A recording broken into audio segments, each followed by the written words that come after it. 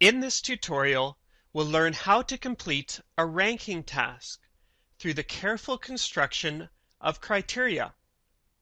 Now you've already learned how to construct a solution for a computational problem, that is, by organizing the knowns and unknowns, choosing the relationship to best resolve for the requested unknown, and then the execution or computation.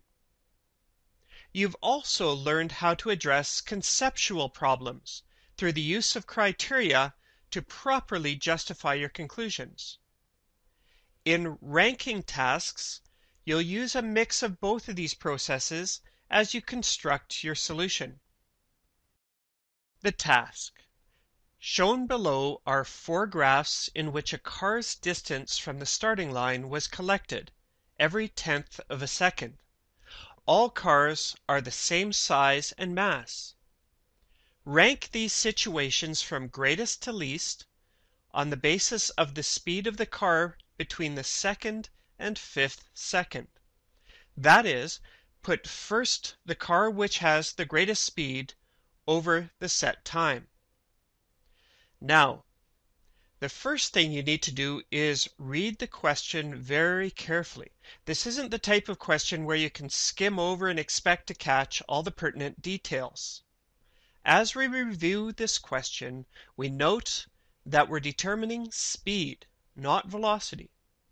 Also note that the ranking is from greatest to least, so let's make sure we don't get that backwards.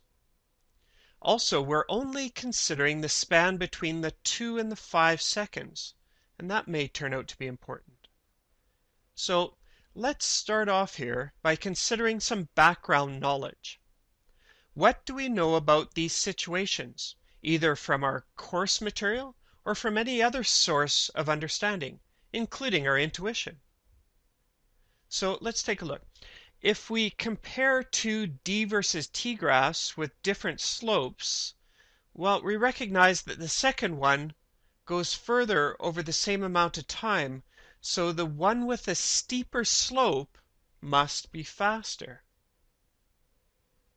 Also, one with a slope going down as you move to the right is moving from a position far away from the start line to the position closer to the start line, or it's going backwards. So now from your class, you may have learned that the slope of a d versus t graph is the speed. And we know that the slope is the same as rise over run. Thus, at this point, we conclude that speed equals rise over run on our d versus t graph.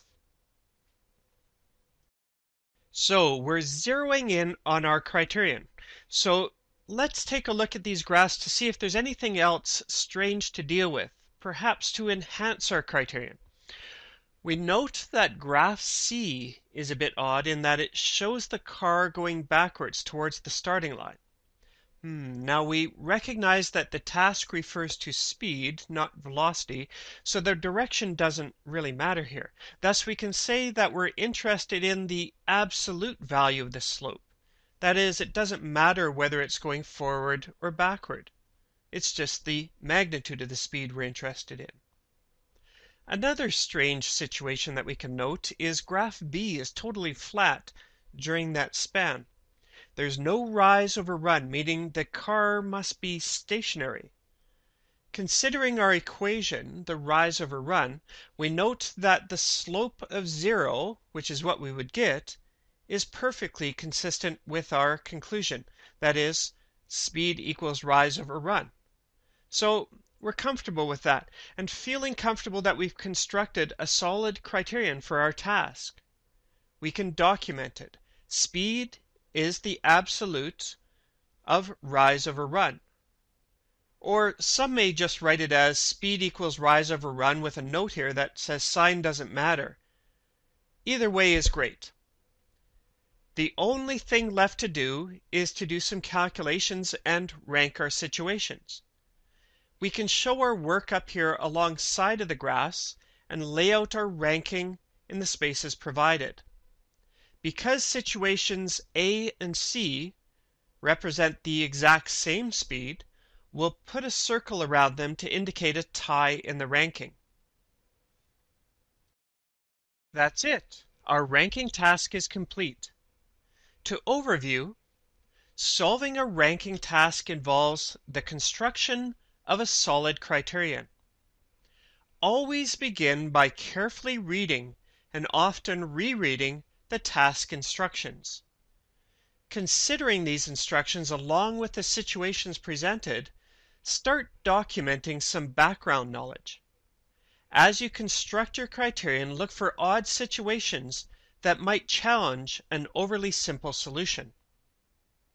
Once you've established a solid criterion, compare the situations, showing work wherever possible.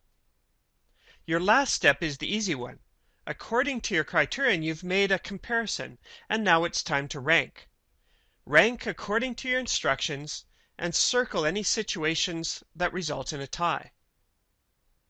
You'll find that this approach to ranking tasks will help you with a thought process that is beneficial in other types of problems as well, both conceptual and computational in nature.